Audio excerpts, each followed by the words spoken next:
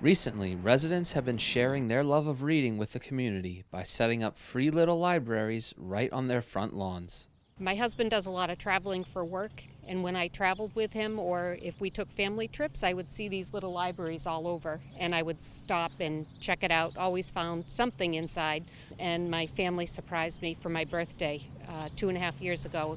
I grew up in Arlington, and there's quite a few down in the Arlington, Belmont, Cambridge area. There's not a lot around in this area, and so I wanted to put one out in our yard. We live across from a soccer field, and I knew that with people hanging out there that maybe one of the parents would want a book to read, or one of the siblings might get bored and want something to do.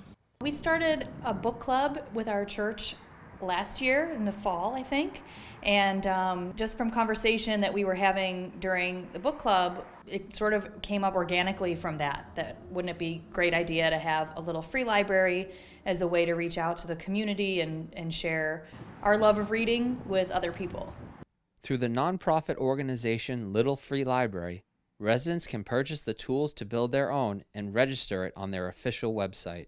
From there, they can personalize their libraries, from how it's designed to the books and other materials you can find inside. We were inspired by another little free library that we saw, and we put a notebook in our library so people can leave us notes, and it's really nice to see people with the notes that they write back to us. When I put new books, I always put the sign out front so they know new books are in. I try to change them out once a month.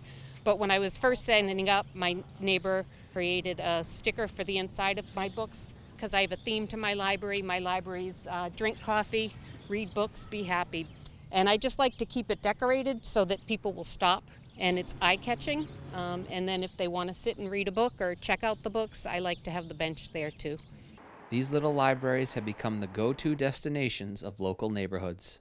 People just walk by, and I was setting it up yesterday, and the couple said, "Oh, we love stopping by." And I just try to encourage people to stop anytime, even if they've been, because you never know what someone's going to leave. So there's always something new inside.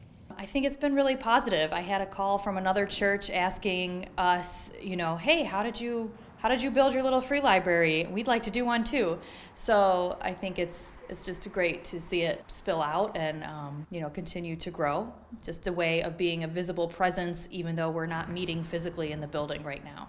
When we were building the Little Free Library, we had a lot of people very curious stopping and checking it out. And there's definitely been a few people in the neighborhood who have stopped by. It really warms my heart when people come out and I see little kids standing here and looking at the library and checking out the books. And they'll take a few and then they'll bring some back or bring other ones. And it's really heartwarming to see the smiles on their faces. Free little libraries are a way to share a good read and more with your community. I think it's a great way of staying connected, of having a visible presence, saying, we're here. We want you to be, we want you to have books and resources to entertain you, to educate you, to make your days more tolerable during the pandemic, and to share those resources with others in the community as well. One of their themes is always a gift, never for sale. It's called the library only because there's books inside, but you don't ever feel like you have to read it and return it. The idea too is to read a book and then maybe pass it along to another little free library. To be putting something out into the world that doesn't cost anybody anything. Anybody can walk up. I've seen other people in other towns who have little free libraries who put cans of food or baby products, diapers, things like that in there so that people who need something don't have to be embarrassed. Check out the map on freelittlelibrary.org to see where all the free little libraries are located in Burlington and other surrounding communities.